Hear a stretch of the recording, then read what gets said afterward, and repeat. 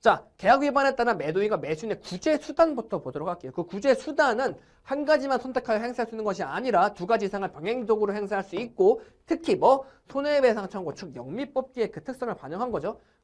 그 밖에 다른 수단과 함께 이루어질 수 있다라고 해서 얘를 중복적으로 이행한다기보다는 그 영미법계는 얘를 쓰니까 얘를 고려했다라고 보시면 된다라는 거죠. 자, 그래서 이 구제 수단을 공부하기 위해서는 사실상 추가 관련 규정이 본질적 위반에 대한 개념이 조금은 필요하다. 그래서 얘가 사실은 지금 책에 지금 안 나와 있을 텐데 얘를 좀 빈 공간에다가 필기를 하시고 넘어가도록 할게요. 됐죠? 자, 본질적 위반 같은 경우는 계약 위반이라고 보시면 돼요. 어떤 계약 위반이냐라고 한다면 CISG에서 말하는 계약 위반이다라는 거예요. 사실 계약 위반은 종류가 다양하다. 뭐 이행 불능도 있고 이행을 뭐 못하게 됐다는 거죠. 이행 지체도 있고 종류가 다양하다라는 거예요. 근데 이 종류가 다양한 거를 구분하지 않고 CISG에서는 그냥 하나로 퉁으로 본질적 위반이라고 퉁으로 이제 정해놨다라는 거예요. 사실 이거에 대한 배경도 왜냐면은 이것도 되게 그냥 여담이라고 생각하세요. 대류법계하고 영미법계에서 계약 위반에 대한 그 유형이 종류가 달라요. 근데 얘를 종류를 CISG가 얘네들을 졸충을 해야 되는데 얘를 고려해서 계약 위반에 대한 내용을 만들다는 게 좀 그렇다. 그래서 CISG에서는 결과론적으로 뭐냐? 이 유형들을 구분하지 않고 실질적으로 피해 입은 정도만을 가지고 계약 위반을 말하고 있다라고 보시면 돼요. 그게 바로 본질적 위반이다. 즉 본질적 위반이 CISG에서 말하는 계약 위반의 유형이다라고 보시면 됩니다. 그래서 본질적 위반은 어떻게 보면 좀 구제 수단과 관련된 좀 중요한 개념이기 때문에 이거는 시험에 출제되진 않았지만 그냥 추가적인 개념으로서 책에 없기 때문에 이걸 좀 작성해 주시면 좋을 것 같아요.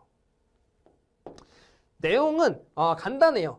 결과론적으로 본질적 위반이라는 것은 결과적인 얘기만 하자면 계약 CISG 상에서 계약 해지의 발판이 되는 그 정도로 큰 계약 위반이다라는 거예요. 근데 이 본질적 위반을 측정하는 그 조건, 요건이 두 가지가 있는데 첫 번째가 예를 들면은 위반 당사자라든지 동일한 부류의 합리적인 사람, 얘를 동부합이라고 제가 적을게요. 그냥 이 동부합들이 예측 가능한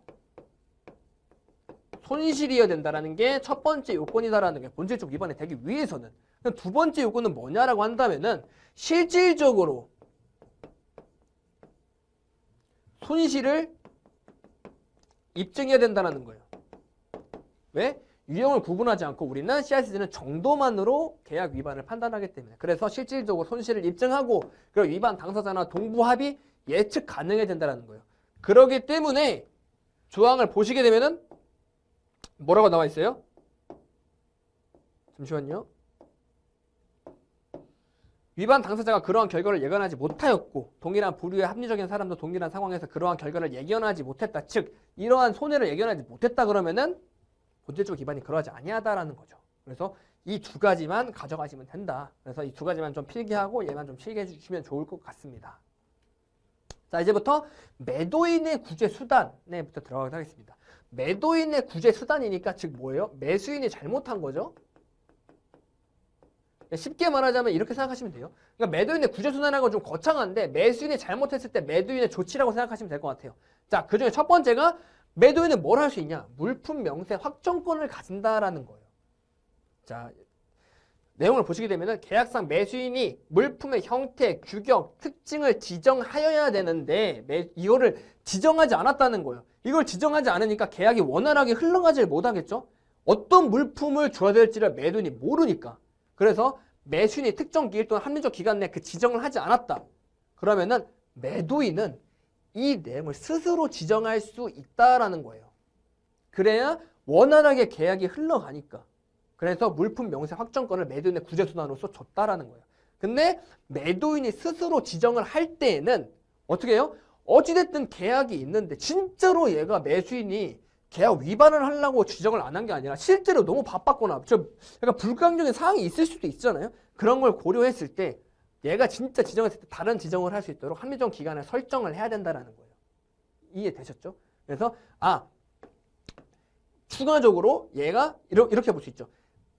매수인이 다른 지정을 할 수 있도록 기간을 줄을 뿐더러 어떻게 해요? 매도인이 이 물품 명세 확정권을 악용할 수 없도록 알리라라는 거죠.